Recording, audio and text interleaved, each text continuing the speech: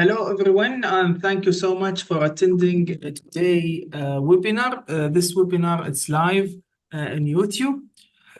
Today we have our new keynote speaker, Dr. Mustafa. Thank you, Dr. Mustafa, for accepting our invitation today.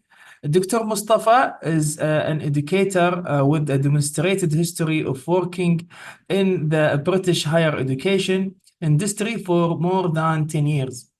Dr. Mustafa currently works as an assistant professor in marketing and consumptions at Coventry School of Business in the United Kingdom. At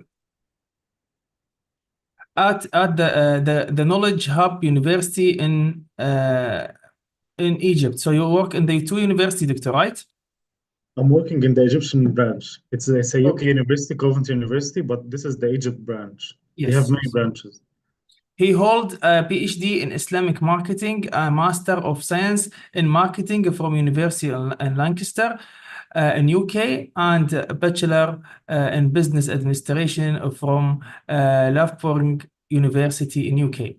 His PhD examined intergeneration consumptions, practice negotiation within a committee, the efficient fellow of region. Dr. Mustafa is also recognized by Advanced HE as a fellow in accordance with UK standard for teaching and learning. Thank you so much, Dr. Mustafa, for accepting our invitation.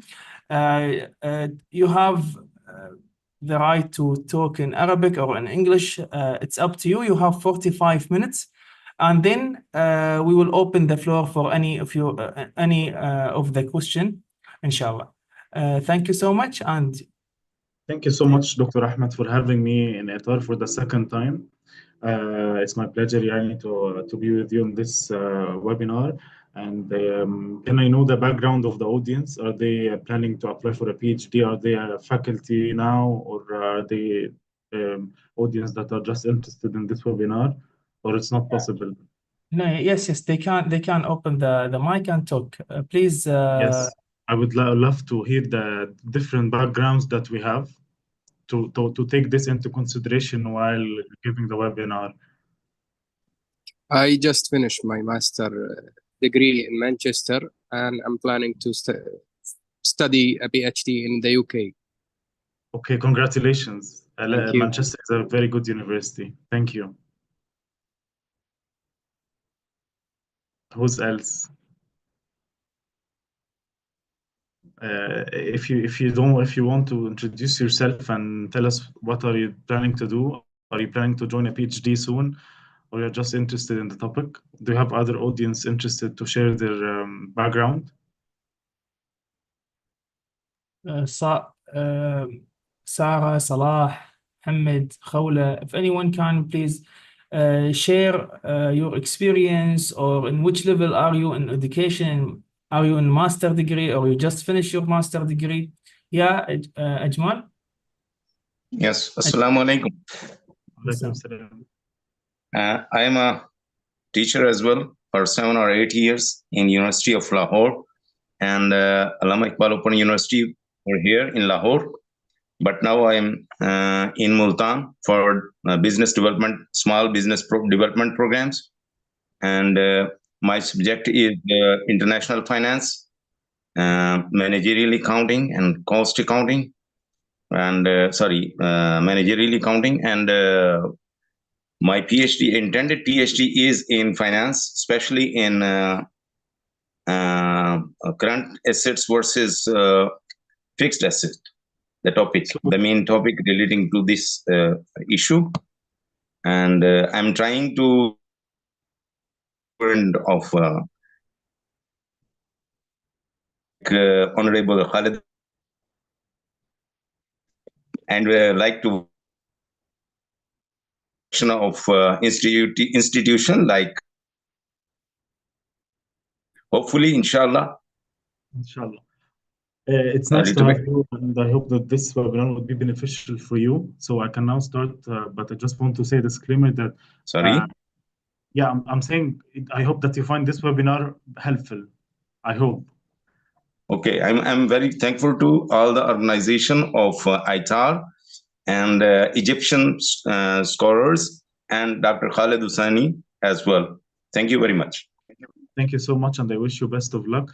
I would now start with the webinar, and I just want to say a disclaimer, or to say to announce that mainly my experience is in the British education and then with UK universities.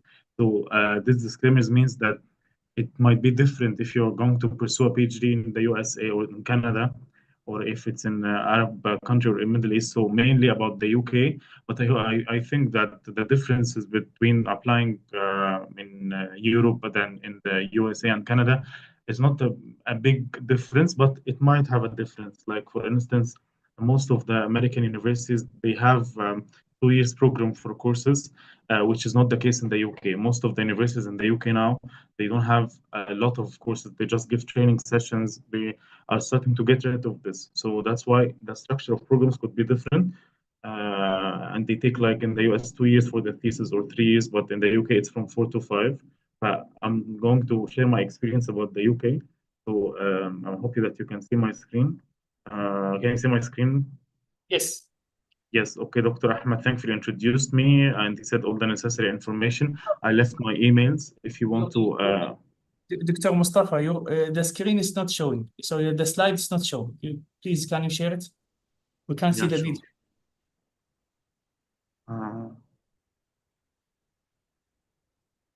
And now? Yes, now okay. Thank you. Okay, so I left my emails in this slide if you want to reach out to me after we finish the webinar, or if you have any questions. My background is mainly in marketing in my master's and PhD, but in my bachelor degree I was just business administration, specialized in accounting and finance. And this is today's agenda. And we're going to talk about how to choose a university in the UK, how to choose the supervisor, which is the most important pillar in doing a PhD. And we're going to give you some tips for application, do's and don'ts, and how to personalize your personal statement, how to write or ask for a recommendation letter from someone you worked with closely. And the last one would be for the proposal tips. Right. The first one, how to choose a university. Do you have any idea how to choose a university? Usually in the UK, if you want to choose the university, I have two main pillars or main things to look at. First one is by the ranking of the university, and the second one is by the funding. What's the difference between both? The difference that by ranking, that means that you are self-funded. You are not intending to ask for scholarships or for financial aid. You are just going to check the best universities table of league, or like this link. This is the complete university guide in the UK that tells you which university is higher in ranking in your discipline, in general disciplines, and in your discipline as well. So this is the first case. If you want to check something like this link, I will leave this link to you. I will share the slides with Dr. Qattan after I finish, as usual. And this is the University League table for 2025. If you want to go and to check the table, you'll find the university and the subject area, etc. But I would say that I would choose areas that are close to my area, which is business. You have options between accounting, marketing, management, or you can leave it business in general. It's up to you. So I got this when I chose business administration. Of course, we know that University of Oxford is the top university in the UK, then University of Bath, and it also gives you in the on the left side the arrows shows which if this university this year higher in ranking, the ranking changed to the better, or they went a down step in their ranking. But you can check this, and you can see at the in the table above, you can see overall score. So they got 100% overall as a university, and then you give ranking for each aspect for the university. I mean, like for entry, do they have a rigid entry standards, for student satisfaction, for research, and for graduate prospects? And you should care about the research quality, because in the UK would be considered as a research student or research employee. They will deal with you as if you are a researcher, not just a student, because postgraduate students are those who are doing masters, etc. But for a PhD, they call you doctoral researcher sometimes. So this is what you care about, the research quality. And then you can check, of course, these are the 6 top universities. They are not easily to get. You're not not say that it's difficult, but they are very competitive. So it's not the easiest way that you get accepted in these universities, but you can keep checking if you want to check the ranking, which university will be in. When I joined the University of Leicester, they were in the top 50, so it was fine to me at that time. When I was in my bachelor degree, Loughborough University was in the top 10. So this is if I'm only looking for a ranking. But I would be okay if someone argued with me and say, but I'm also looking for funding. I'm not looking for ranking. In this case, the game will change here. If you're looking for funding, I would say you need to forget now about the ranking. Not to forget for yeah, to the end of the story, but you forget about it for now because you're not able to fund yourself. You need to get a fund. In this case, you will not be able to get a perfect funding with a perfect university because it would be more competitive. So you can check just the university that offer funding. Right. I prepared for you a link that you can check it as well on a regular basis if you're looking for a PhD scholarship in the UK, which is jobs.ac.uk. And I will leave the link in the slides as well, where you can check the latest scholarship that are offered in your field. And by the way, this website is for jobs, as I said, in the UK, any jobs, any practical jobs. But because I just say that as a doctoral student, it's a job as well. It's a full-time job that you work for 4 years on a research, and you'll get money or you get income or get funds from the university. So it's a job that you'll probably find it usually on this website, jobs.ac.uk, and even you can register or subscribe and you receive updates based on filtration criteria, as you can see as well here. You write PhD scholarship and you choose the discipline. So I found, but this was a little bit in July. Scholarship in Swansea University, scholarship in another university. So it depends on the university that has openings. And usually, by the way, this is the time of the year where new applications or new funds start to emerge, starting now until I think February or April. You can still find a lot of opportunities about scholarships. And this year can be Leicester University and a scholarship, Loughborough University, etc. So you can keep an eye if you really wish to have a fund. And of course, from my humble experience, I would say that fund is very important, given كمان دلوقتي the inflation in the UK and the high expenses, living expenses. So if you can get a fund, why not? Because also funding usually comes with another experience, which is teaching in the university. Because when I got a scholarship to teach at University of Leicester, so they give me a scholarship to do my PhD, and beside this, I'm taking experience by teaching students in the undergrad on postgrad with another, of course, doctors or model leaders. But it's a good for my CV as well because your CV should be evolving during your PhD journey. You don't have to wait till you finish your PhD and start to take some experience. No, try to take it as early as possible, because no matter what's our age now, but we usually don't start the PhD at the early 20s. So we need to get some experience about this. Right. This is the first thing. Do you have any questions related to the funding and the ranking before I proceed? Anyone is having questions about this? Okay. Right. Then now, if I'm looking for a university fund, whether for the funding or for the ranking, I can check first of all my area of interest. I can check. I want to tell you how universities work in the UK. They usually work through a group of research themes. Meaning, like if we work in, for instance, on accounting in a university, we might be focusing our research on financial accounting, or focusing our research on managerial accounting, or both of them, or we have more than one group. It depends. But that's why you need to check whether your area is available in this university or not. Because even in marketing, my discipline, and I'm biased to my discipline, we have a lot of sub-disciplines or sub-themes within marketing. We have international marketing, we have consumer behavior. Nowadays, we have digital marketing. Sometimes also we have sustainable marketing. So I need to check whether my area of interest is in this university or not. So if I went, for instance, this is an example from my university, University of Leicester. Usually I found that the broad theme that they study consumption, markets, and society. I can see, for instance, that they are not studying digital marketing. So maybe if I'm looking for digital marketing, this is not fitting within this theme.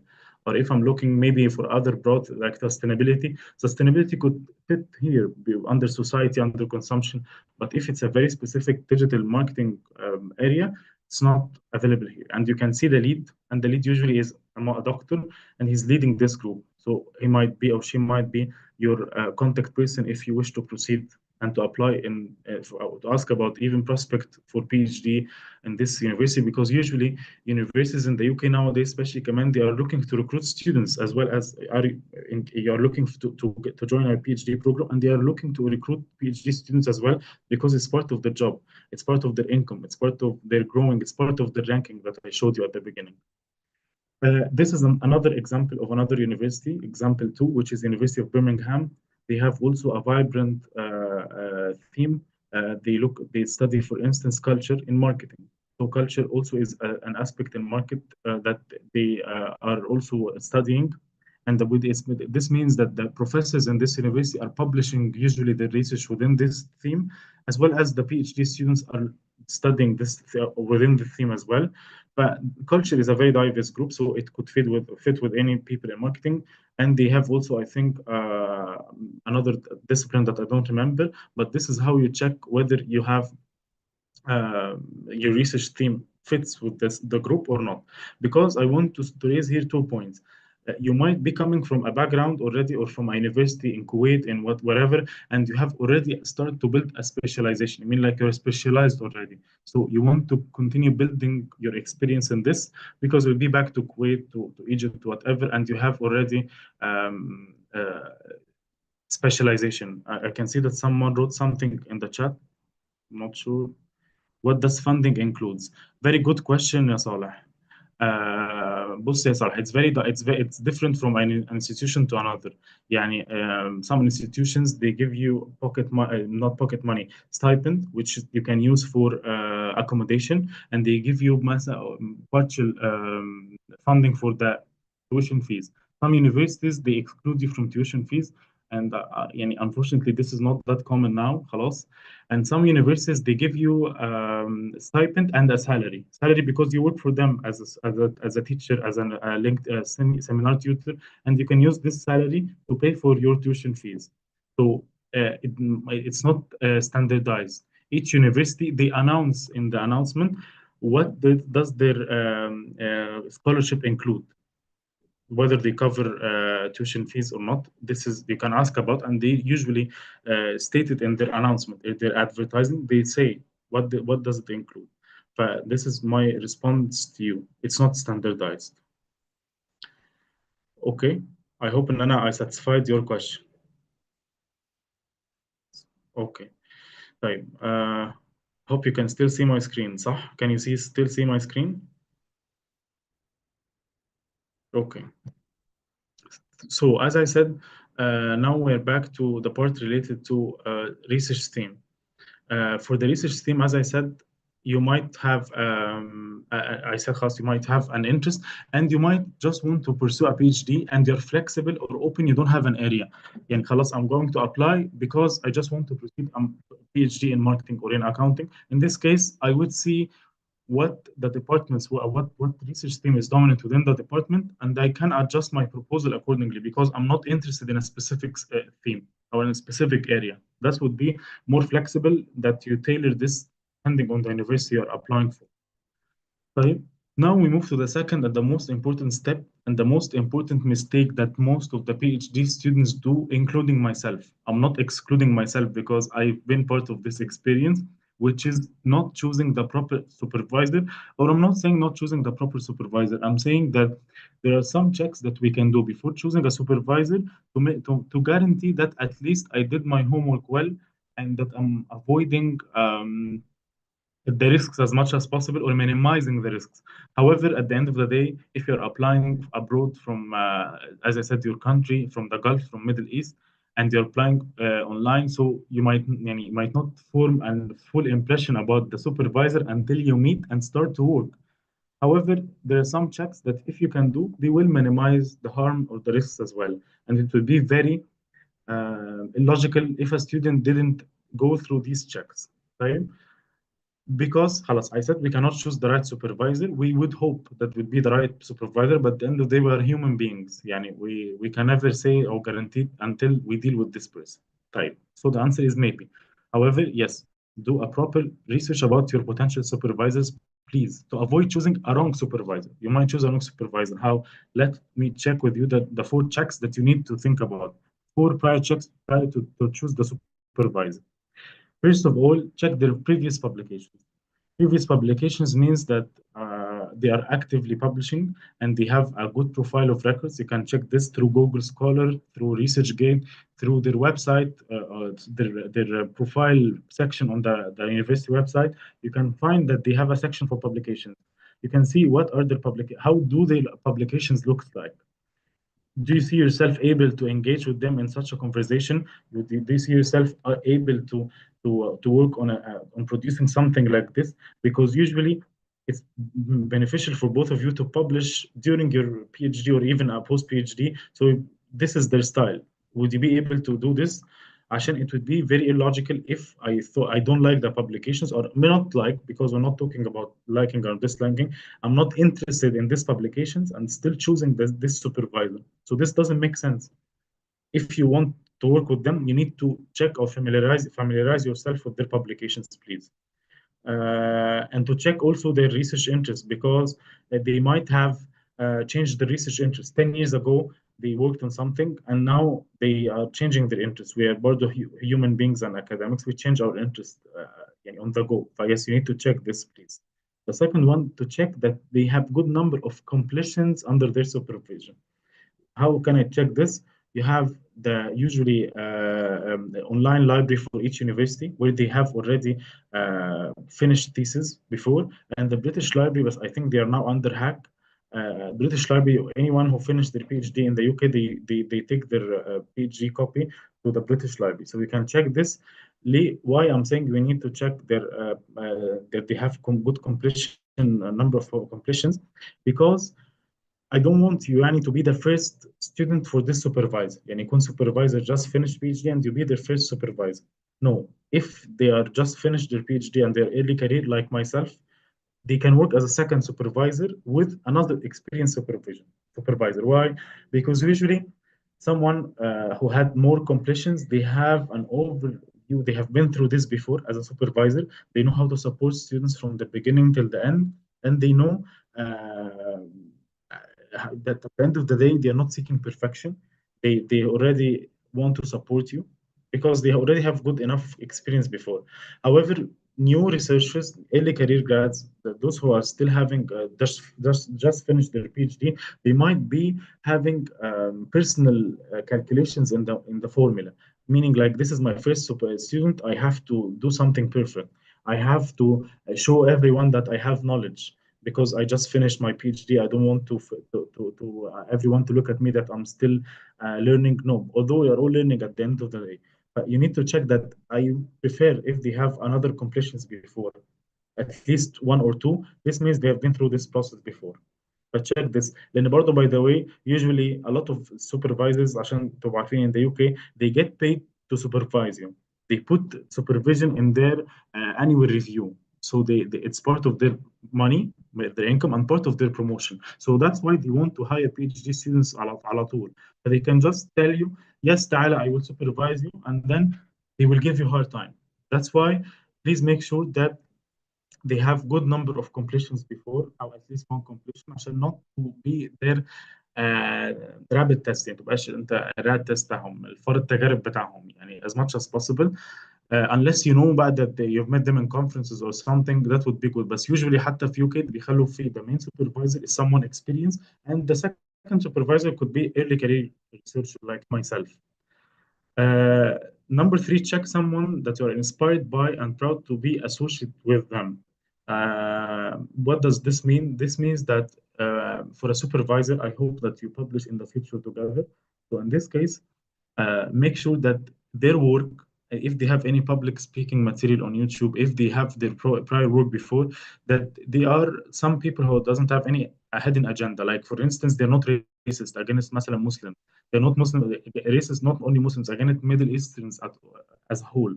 That they don't have any political views that might contradict with you in the work itself. Because in this case, they might exercise some racism over you, which will make your life harder. But we need we might, على فكرة, this is not easy to get insights about. But sometimes some supervisors, some doctors in the UK, they are very proud and bragging about their agenda already.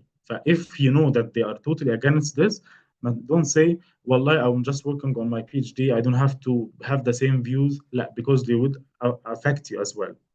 Number 4, and it's the most important one, is to check their methodological approach, which means that طبعا all of you would know the difference between quantitative methodology, qualitative methodology, and even mixed methodology, or what are the tools under each methodology. ايه حاجات under quantitative surveys, or secondary data, like in accounting and finance area, or my area, we have interviews, we have focus groups, we have observations. So you need to check that their previous publications are having a same methodological approach like you.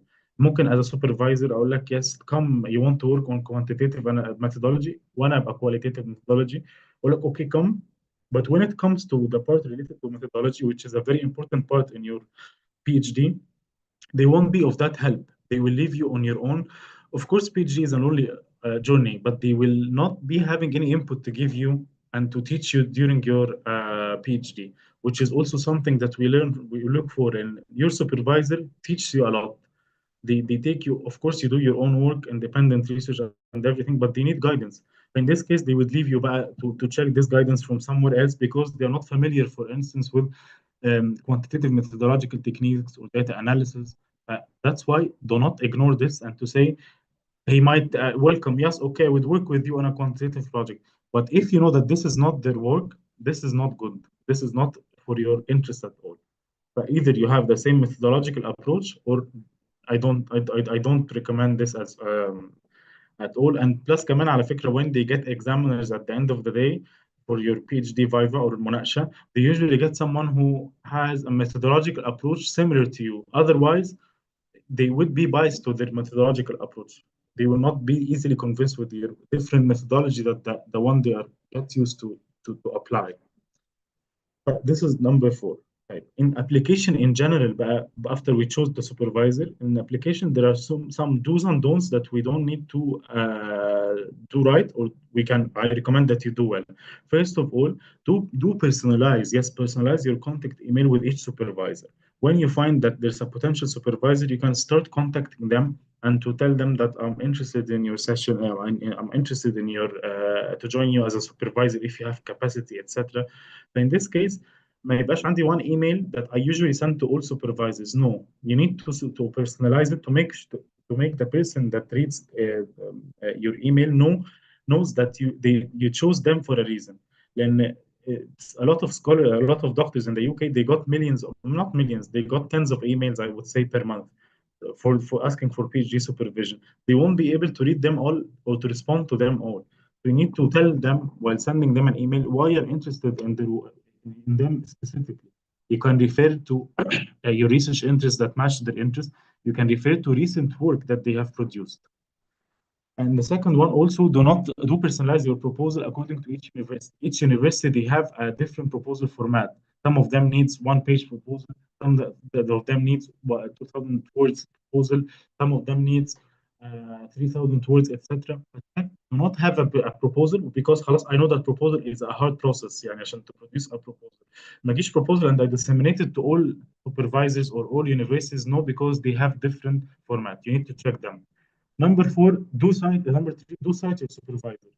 If you ask yourself if there is nothing to cite about your supervisor in your proposal, ودي حاجة أنا ما عملتهاش. I didn't do it in my PhD application and it was wrong. I regret it because I didn't know about it. If I don't have something in common to cite them in my proposal, probably they are not fitting in your PhD and you just chose them randomly. Number 4, personalize your personal statement. When also applying for a university, do not keep one statement applied to all universities of Leeds, University of Liverpool. No, show them, because they have different visions that they usually share on their website. Show them why you're interested specifically in their institution. The don'ts, first of all, do not approach random supervisors, because this is the wrong strategy, that you send to anyone. You don't know them, you don't know their work, and then if they say yes, it would be a trap.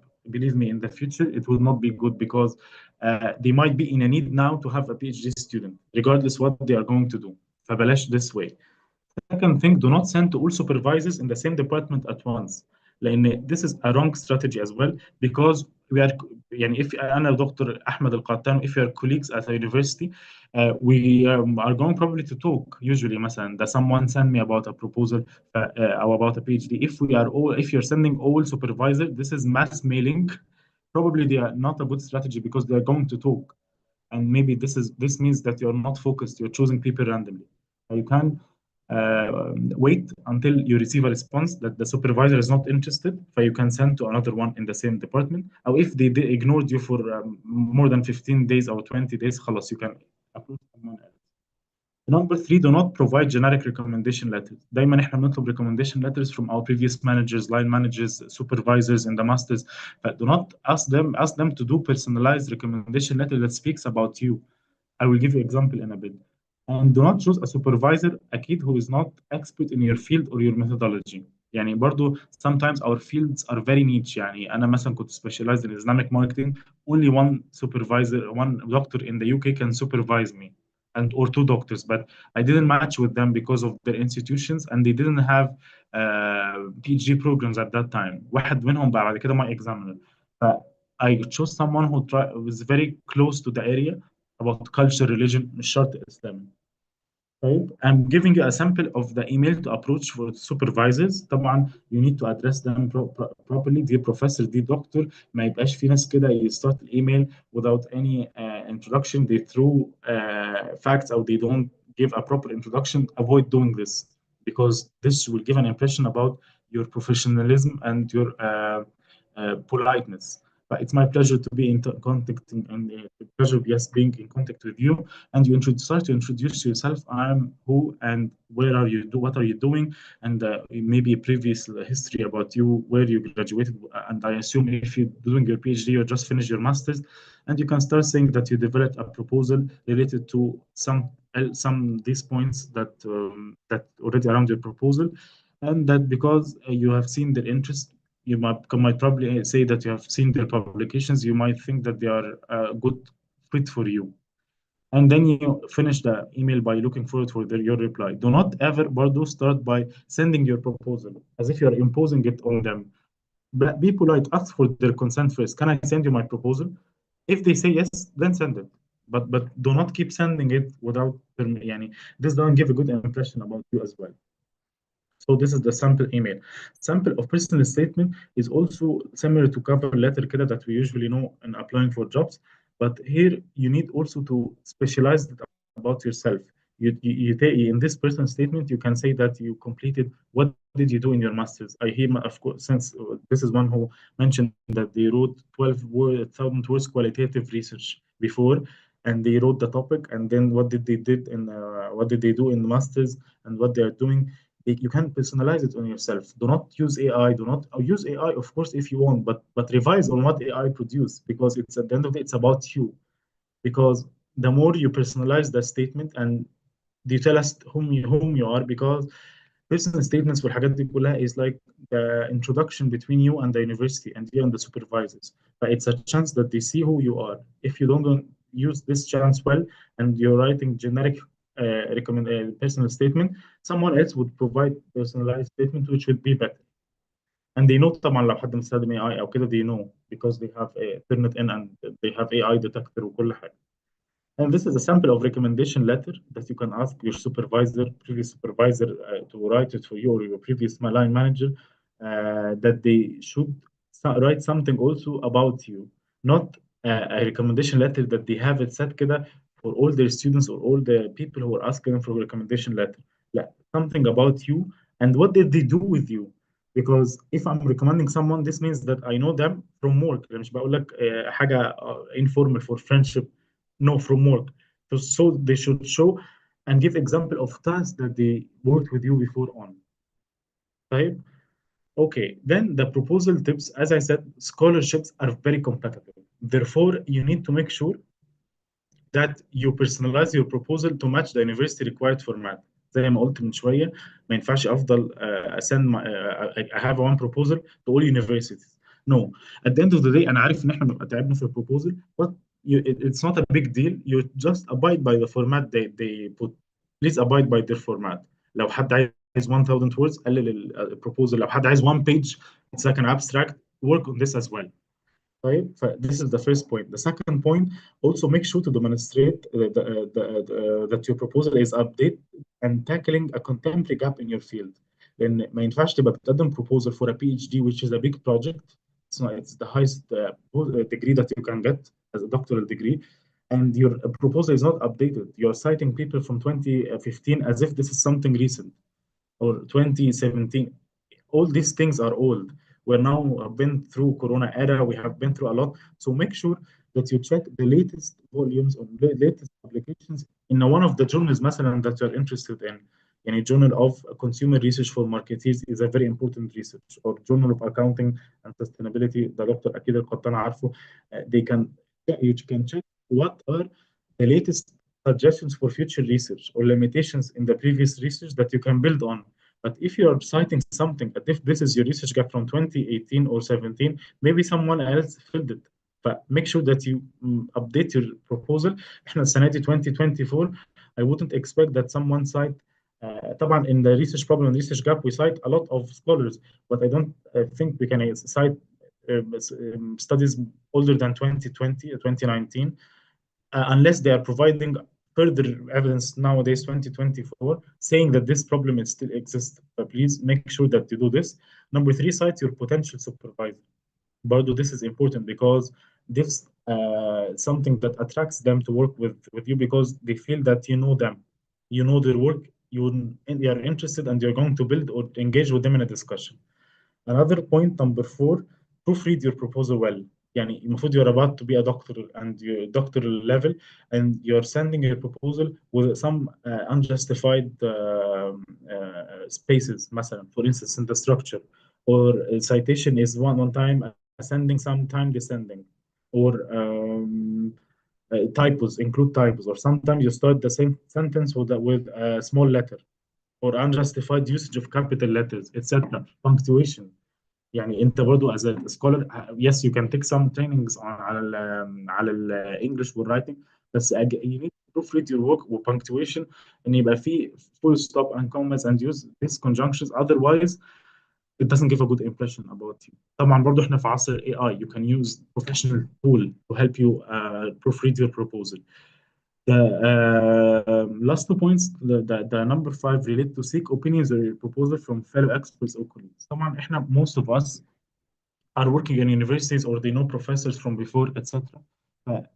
احنا when we are working on a proposal, sometimes we feel that this idea is wow, excellent, it's going to have a potential. But we get blinded by our own thoughts. مش عارف can I say it in Arabic, يعني احنا بنعجب قوي بالحاجه اللي احنا كاتبينها عشان احنا بقالنا كتير بنشتغل عليها. But we need to seek validation from other people, not my potential supervisor. But I can, if I work and I have colleagues at work, I need to give them the proposal. اتفضل, can you see the idea around the proposal, or they see the main gap, is it clear? And if they are fellow, they are experts in the field, مش بس الفيلد بتاعك, ان اي proposal اي حد يقدر يقراه, they would give you opinion. Because sometimes what's in our mind is not 100% explained on the paper. But please make sure that you check someone else that you trust, their opinion about the proposal. Maybe maybe you're saying that you're going to measure something, but you didn't say how you're going to measure it. They can do this for you. Last point, do not promise something unrealistic. Writing a proposal for a PhD is still a big commitment. فما ينفعش اقول promise something in the methodology that I wouldn't be able to do. يعني انا for instance I'm a qualitative researcher. I cannot say ان I'm going to conduct 200 interviews or 300 interviews in 6 months. This is not possible because they will take time to give them access. It will take time for me to transcribe, to analyze the data, to do a lot of things. 200 interviews دي يبقى could be in a project or a paper that more than a professor working on, not a PhD project. And also for quantitative data, for accounting and finance, Dr. Qattan can confirm on this. You have data you get from Thomson Reuters or from whatsoever, it's secondary data. You need to know before you write your proposal from where you will get this data and if this data are available. Like you cannot promise something that I will get data from a certain firm or a listed stock market, certain companies, while you're not sure how you're going to obtain them. ماشي you can be in the process of looking at them, but please do not offer something that's not realistic. Or people who think that if they complicated their methodological section and to work on mixed methodology, this would be better or appear more attractive. No, believe me, make it simple. And if your topic needs this mixed methodology, go ahead. But if you're just doing it to impressing the supervisor, this is not nice because they would know that this is not realistic. You already take a lot of time to write about one methodology. If you need to familiarize yourself with mixed methodology, you would take double the time. But at the end of the day, PhD is a limited time. You have a certain time for data collection, certain time, all in all, from 4 to 5 years. If you are full time, sometimes from 3 to 4. فمش realistic انك تقول حاجه not able to do it in the future. طيب انا I'm leaving. انا I hope دكتور احمد ان انا ما اكونش طولت على حضرتكم واني يكون دلوقتي I spoke for the right time و I'm open for questions. If you have any questions from attendees, I'm more than welcome, and I left my email address. Thank you so much, Dr. Mustafa, for informative and very useful presentation. And now we'll open the floor for any question from the audience. Please, anyone have any question, you can ask Dr. Mustafa directly. Just open the mic and talk to him in Arabic or in English, that's fine. I can see a question from Muhammad Azim, or someone is talking already. Okay, how to maintain good relationship with supervisor? It's very good question. It's a very good question. طبعا as I said, ده أنا قلت لحضرتك قبل كده, it could be a whole session because working with a supervisor, it's a very يعني tricky question. You need, yes, في some tips to maintain good relationship. Yes, it could be there's some relationships, some as tips, like for instance, you need to change your mindset before you start your PhD. يعني احنا كلنا ممكن I was going from a different background, different country, different whatsoever. But I'm going to this supervisor with this mindset. I don't want to listen to him. I don't want to listen to her. And this usually happens in the first year. فيجي a supervisor suggesting something, you are holding to your old beliefs. لا والله I can see that's done this way. كده you're starting to losing your supervisor and starting to let them know ان انت مش هتبقى انت very stubborn, you're not flexible, and they can get rid of you in the first year. لان first year بقى في حاجه اسمها annual review. They can get rid of you if you are this way. Plus also there's some courtesy in dealing with the supervisor, and at the end of the day a supervisor is someone highly ranked than you, even لو هو اصغر منك او قريب منك في السن, بس he's high ranked, he's a professor and you're a student. You cannot be يعني dealing with them in an arrogant way or in a mean way. لو أنا عايز أقول حاجة for my opinion, I can just say it in a polite political way. لكن if I'm taking this as a fight and I just want to impose my opinion or whatsoever, in this case you will lose your supervisor, even if they're going to spend another 4 years with you, but you might lose them personally. And sometimes زي ما دكتور أحمد قال المرة اللي فاتت, we need to maintain a personal tie between the student and the supervisor. يعني مثلا there's an occasion I need to send them for this occasion, حتى لو هم ما بيبعتوش في رمضان مش مهم, because they have a lot of students and you have one supervisor. You have to if you hear that they're not well, you need to ask about them. This is personally. Professionally, as I said, you need to listen to them. You need, if you want to disagree with them, to disagree even in a polite and political way. طبعا ممكن نقابل sometimes ناس that ما عندهمش تفاهم خالص, ويعني I hope ان ما حدش فيكم يقابل ده. لكن if you knew from the beginning وحطيت في دماغي ان انا زي ما دكتور قطان قال المره اللي فاتت example, اقعد ابعت الماتيريال to my supervisor and then I keep chasing them, reminder, رد reply, gentle reminder. No, give them some time. They have a lot of students, as I said, and you have only one supervisor. Could you please show a format of a proposal? You should treat him better than your wife. Yes. Better. exactly, because your wife, you have credit with her before, but your supervisor, you're building the credit at the beginning. If you lost this credit at the beginning, it would be too early for you to suffer. That's why put in your mind. طبعا I don't even like اللي هو الكيسنج اس الزياده او المجامله الزياده والقوي كده, لان ممكن يكون your supervisor coming from a different culture, he doesn't or she doesn't like this. But we need to make sure that ان احنا we are doing things يعني properly in a polite and political way, not more than needed, and از نيدد وخلاص. وطبعا يعني at the end of the day ده زي ما حضرتك قلت، ده زي الوايف كده، ده زي نصيب. يعني احنا بنلاقي سوبرفايزر ممكن يطلع حد لا ينفع التعامل معاه خالص، فخلاص ساعتها ممكن توصل بقى changing السوبرفايزر او حاجه.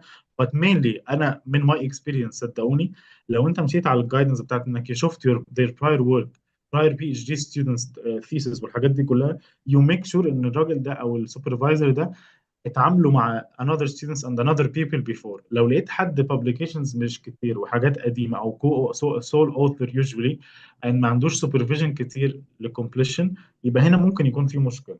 especially لو حد مخلص البي اتش دي من زمان، مش حد early career مثلا زي. عفوا سؤال بليز، وأتمنى أني ما أكون عدت الكلام لأن أنا سوري بالدوام وفي شيء سمعته للأسف وشيء ما سمعته، اتفضلي فما مفيش أدري إذا مشكلة. صوتي واضح أو لا. جدا واضح، تمام. أوكي. معك نورة. أنا كنت متخرجة ماستر من سنتين من واحدة من جامعات بريطانيا، وآي بليف لو بشوف بالإيميلات راح ألقى كونتاكت بيني وبين ماي سوبرفايزر during الماستر. فلو إذا مثلا تواصلت معه هو دايركتلي إنه هو يعطيني مشروع يبي يشتغل عليه وإن أشتغل عليه معاه على as a plan حق البي اتش دي، هل هذا يعتبر نوع من البروبوزل الضعف؟ أو إذا طلبته هل يعتبر هذا شيء ضعيف؟ هذا أول سؤال. ثاني سؤال، إذا بغيت أنا الفندنج تقريبا يعني مثلا يكون من الجامعة نفسها، إن هم مثلا يتكفلون بجزء كبير من مصاريف الدراسة وأنا مثلا أتكفل بجزء بسيط، هل هذا يعني أعتقد أنك أنت تطرقت حق هذا الموضوع بس ماني عارفة أطيح على الخيط إذا كنت أبي هذه الطريقة أني أكمل فيها البي اتش دي، إن عن طريق هم يعطوني سكولرشيب. فإذا مثلا دخلت معاه بروجكت يهمهم، هل هذه ممكنة أن من الجامعة نفسها هي تخصص مبلغ حق دراستي مع الدكتور، زائد إذا أنا طلبت منه أني أشتغل معاه على بروجكت هو قاعد يشتغل عليه، هل هذا يعتبر البروبوزل نوع من الضعف؟ Thank you. Thank you. A very good question. هما الاثنين related to each other and I will take your question. First of all, it's not a bad idea انك تسالي السوبرفايزر بتاعك، لان عايز اقول لك حاجه. ماي باك جراوند، انا قلت انا عملت الماسترز والبي اتش دي في جامعه ليستر. انا يعني التوبيك بتاع البي اتش دي is somehow in the same area of my masters. فطبيعي ما دام انا already I like the area، بس because masters you have only 6 months to finish the dissertation and or maybe more, it depends. ف already master level not expecting from you original contribution to knowledge ولا data collection بتاعت البي اتش دي because it's a very timely mannered work اللي هو الديسرتيشن. بس 6 months 1 year، او يعني ما فيش حد بيقعد 1 year في الديسرتيشن في الماستر، 6 months usually. فده ساعتها ممكن يكون انت عندك بقى potential لبي اتش دي، عايز بقى وقت اكتر اللي هيبقى فيه فعلا original contribution to knowledge. فدي ما فيهاش حاجه، مش حاجه غلط، بالعكس. sometimes بقول ان ده حاجه احسن، لانك اوريدي بتكوني فاميليار بالاريا. يعني انا لما كنت بعمل البي جي خلاص انا فاميليار بالاريا من الماسترز، هقوي نفسي فيها and I will read more a lot and so on, but it's not totally new for me. But this is not a bad approach. However, البوينت الثانيه related للاولانيه that you mentioned, انت you can ask them at the beginning, you ask your supervisor do you have اصلا capacity to take students، لان هو ممكن يكون already عنده a lot of students and not this year not taking students، فعشان ما not to waste your time. yes تسأليه الأول and ask him if they are planning to give any scholarships. and دايما usually برضو ممكن يبقى أنا السنة دي هدي الجامعة هدي السكولرشيبس للستودنتس بتوع دكتور القطان مثلا، بس السنة الجاية هيبقى دكتور مصطفى ولا هياخد السكولرشيبس. ف you can communicate معاه حتى نعمل meeting ونتشيك and if he عندهم scholarships and if he's interested أصلا إنه يكمل معاك التوبيك. هو مش do not tell him اديني topic ان انا اشتغل عليه because this doesn't mean this somehow demanding على السوبرفايزر. you can give them some thoughts and ماشي I can ask him whether you can give me guidance on developing this topic because already this is his area او her area. ف yes I hope ان انا I addressed your questions. بالنسبه للفاندنج، هم they are going as I said to announce الفاندز. لو هم هيدوكي فند انت they can give you مثلا whatever المبلغ you can use it for paying the tuition fees. and مثلا دايما when they give fund بيبقى دايما الفاندنج limited. بتلاقي الناس بقى they go sit in a shared dorm مثلا، بيقعدوا في بيت shared. فانت if you're willing to fund yourself خلاص take the funding اللي هيديهولك واعمليه في التويشن فيز، ادفعي بيه التويشن فيز وانت اقعدي في البيت يعني on your own accommodation وكل حاجه يعني. فده ما فيهاش مشكله، وما فيهاش مشكله برضه ايه في approach time. I hope ان انا I addressed your question and I assume yes. Yes, you did. Thank you so much. Thank you. كان في حد بيقول لي ممكن تشو مين في format of a proposal and I don't know which field you are coming from عشان I don't want to give you a proposal يبقى not matching your field of experience. Plus دايما يا اللي بيسألني السؤال ده عظيم usually they put a sample of proposal on their website في البي اتش دي application. However لو انت عايزني ابعت لك my proposal email me، انا ما عنديش مشكله ابعته لك، بس make sure that or appreciate that this is not the same field and this is not the same university. Let me add a point, Dr. Mustafa. The proposal depend not to the university.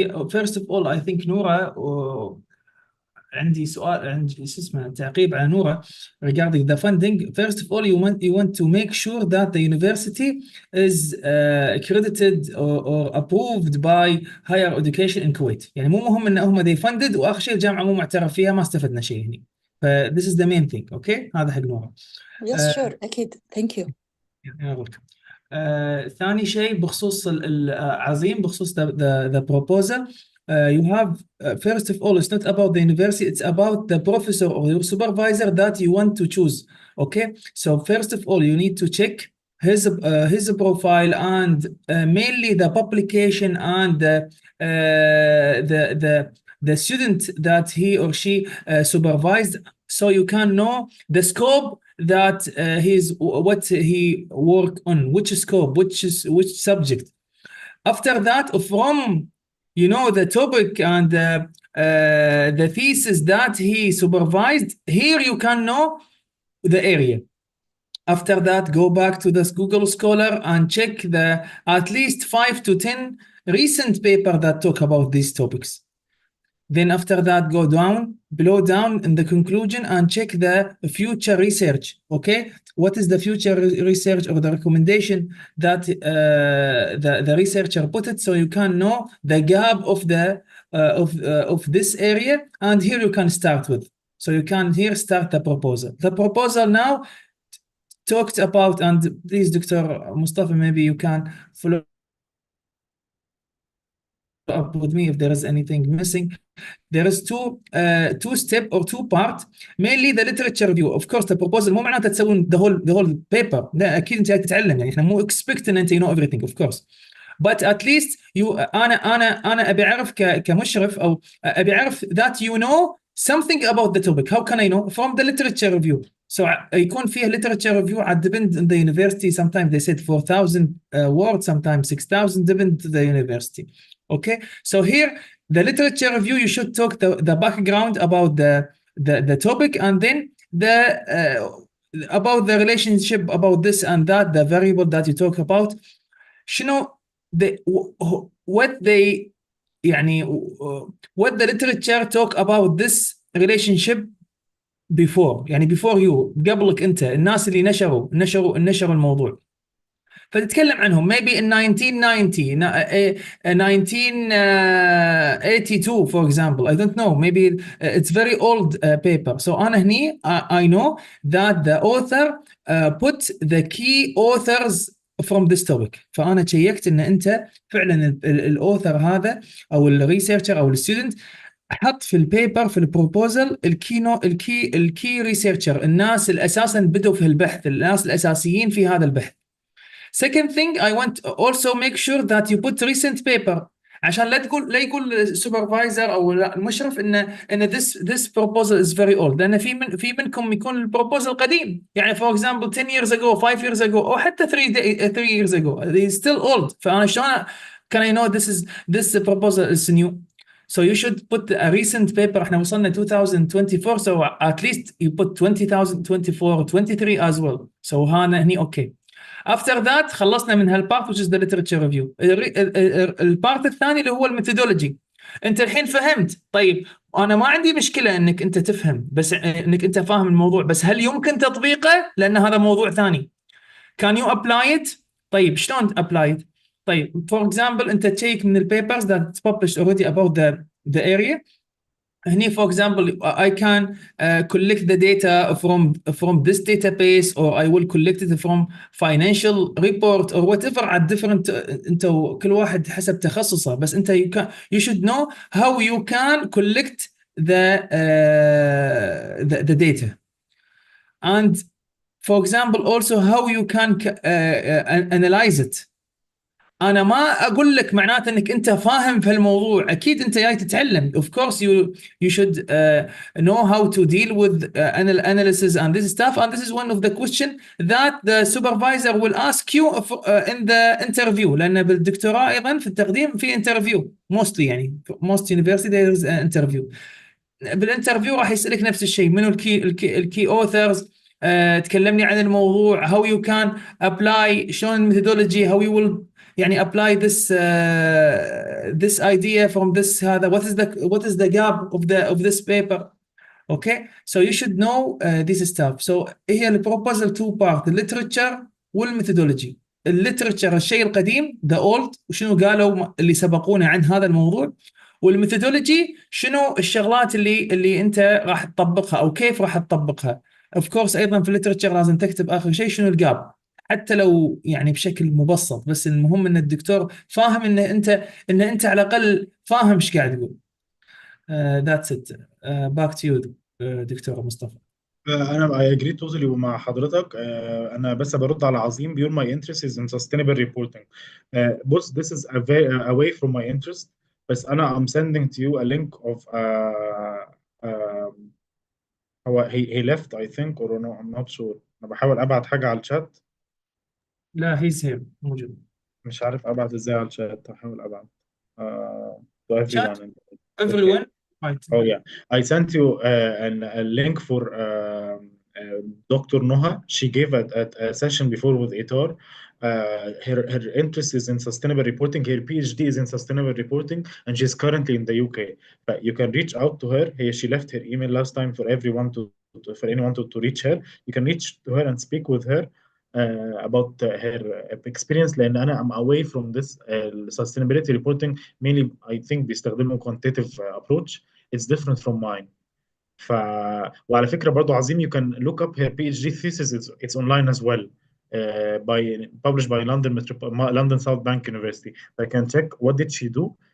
ولو الفورمات proposal still عايزها I can send you mine, but my proposal is qualitative. It's not قوي helpful أو related to your research area. حد تاني عنده أسئلة؟ Anyone have any question? Anyone?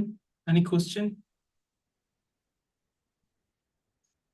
All right, I think that's it. I think thank you so much.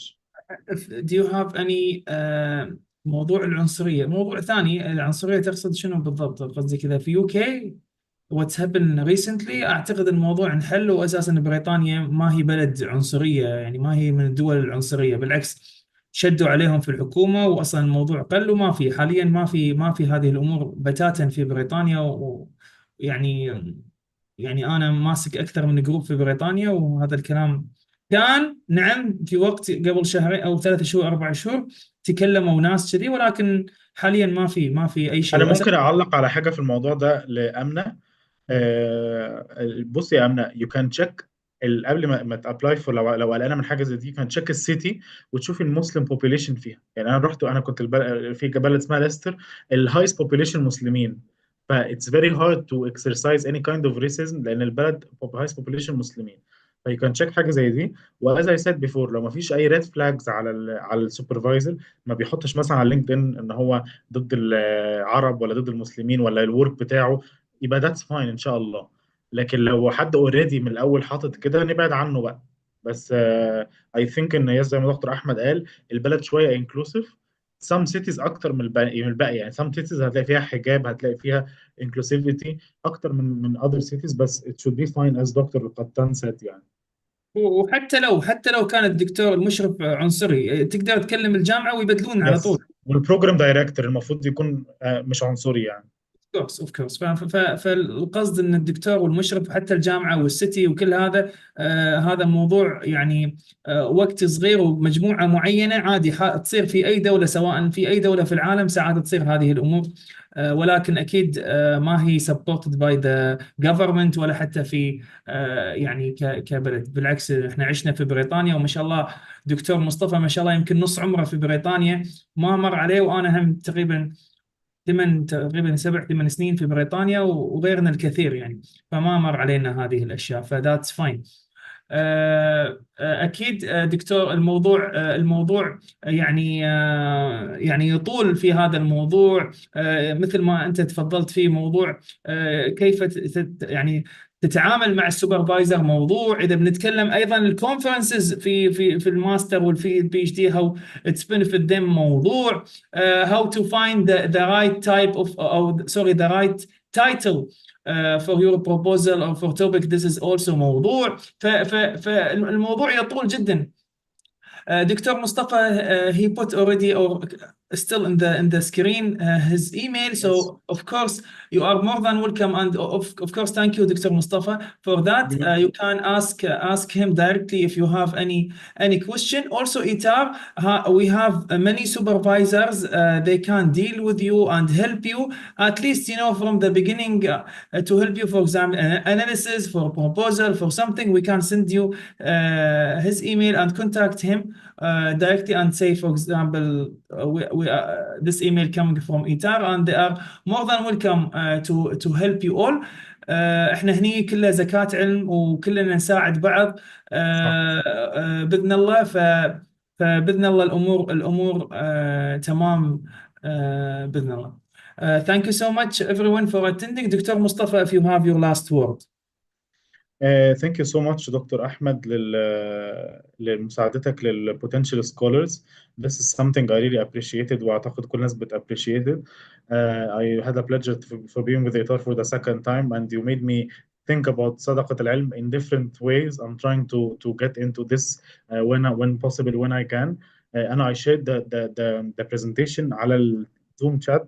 If anyone is wants to look at or to send me an email, I sent you the link already, or the session PowerPoint.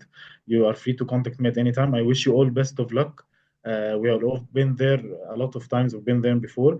I thank ITAR Group. It's my pleasure always to be with you. ممكن موضوع السوبرفايزر يبقى in session بقى in 2025 when you start applying for PhD إن شاء الله. Thank you so much, Dr. Mustafa, for accepting our invitation, and you are one of ITAR family. Of course, you are more than welcome to present or any topic. Feel free to contact me directly. Yes. More than welcome, Doctor.